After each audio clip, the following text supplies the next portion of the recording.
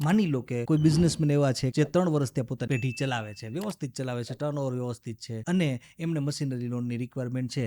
બેંકને આપવા માટે એમની પાસે કોઈ પ્રોપર્ટી નથી. તો એમની પાસે શું ઓપ્શન છે? એમની પાસે બેંકની એક સ્પેશિયલાઇઝ્ડ પ્રોડક્ટ એમને હેલ્પફુલ થઈ શકે અને એ પ્રોડક્ટ એવી છે કે જેમાં એમણે બેંકને 25% ફિક્સ ડિપોઝિટ આપવાની, મશીન જેટલાની કિંમત ન હોય એના. એટલે 1 કરોડનું મશીન હોય ને તો 25 લાખ રૂપિયા એમણે બેંકને ફિક્સ ડિપોઝિટ સ્વરૂપે આપવાના અને બેંક એમને મશીનની જેટલી કિંમત હોય ને એટલી પૂરેપૂરી મશીનરી લોન કરી દે. એટલે 1 કરોડનું મશીન હોય તો 1 કરોડ રૂપિયાની લોન કરી દે.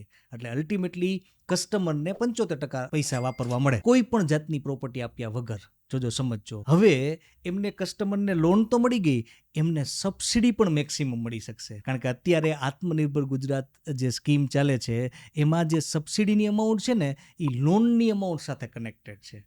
એટલે કે તમારી મશીનરીની લોનની અમાઉન્ટ વધારે હશે, વધારે સબસિડીનો તમને બેનિફિટ મળશે. એટલે કે 1 કરોડના મશીનની સામે કોઈ વ્યક્તિ 75 લાખની મશીનરી લોન લે ને તો એને 75 લાખની સામે સબસિડી મળે, એ પ્રમાણે સબસિડીનો બેનિફિટ મળે. જ્યારે 1 કરોડની સામે કોઈ વ્યક્તિ 1 કરોડ રૂપિયાની મશીનરી લોન લે ને તો 1 કરોડ પ્રમાણે એમને સબસિડીનો બેનિફિટ મળે. એટલે કે 75 લાખ પ્રમાણે જે સબસિડી મળતી હશે ને એના કરતાં 1 કરોડ પ્રમાણે સબસિડી વધારે હશે. તો આ બહુ જ યુનિક પ્રોડક્ટ છે, બેંકની એક સ્પેશિયલાઇઝ્ડ પ્રોડક્ટ છે. અને જે વ્યક્તિ 3 વર્ષથી વધુથી પોતાની ફર્મ ચલાવે છે અને જો એમને મશીનરી લોનની રિક્વાયરમેન્ટ હોય ને તો આ ખાસ પ્રોડક્ટનો એમને બેનિફિટ લેવો જોઈએ. એમાંથી એમને મેક્સિમમ લોન પણ મળશે, કોઈ પણ જાતની પ્રોપર્ટી વગર લોન મળશે અને મેક્સિમમ સબસિડીનો બેનિફિટ પણ મળશે.